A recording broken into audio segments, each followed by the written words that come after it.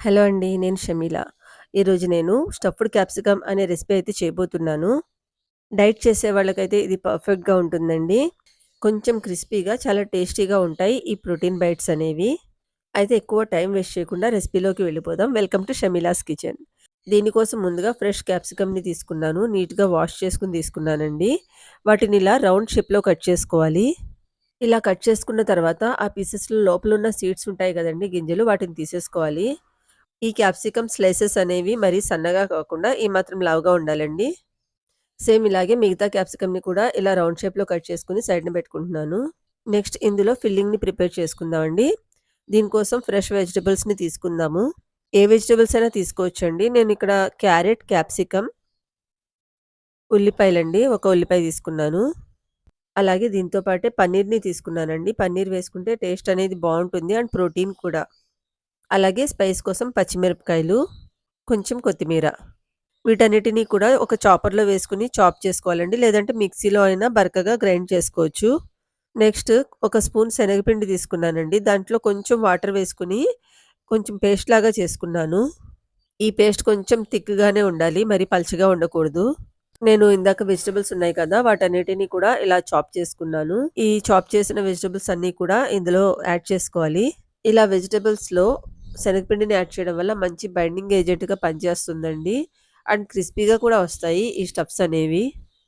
Next ఇందులో రుచికి సరిపడా సాల్ట్, కొంచెం పసుపు, రెడ్ చిల్లీ ఫ్లేక్స్ అలాగే ఆర్గానో వేస్తున్నానండి. ఇది ఆప్షనల్ అండి.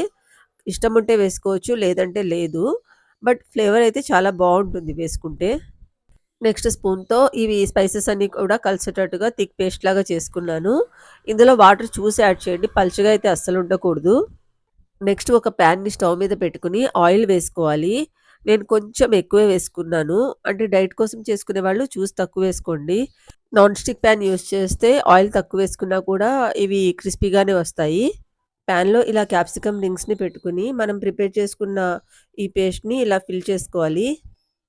ఫ్రెండ్స్ మీకు ఈ వీడియో నచ్చితే తప్పకుండా కింద ఉన్న లైక్ బటన్‌ని ప్రెస్ చేయండి. అలాగే మీకు ఇలాంటి మరిన్ని డైట్ రిలేటెడ్ రెసిపీస్ కావాలి అనుకుంటే నా ఛానల్ షమీలాస్ కిచెన్‌ని సబ్స్క్రైబ్ చేసుకోండి.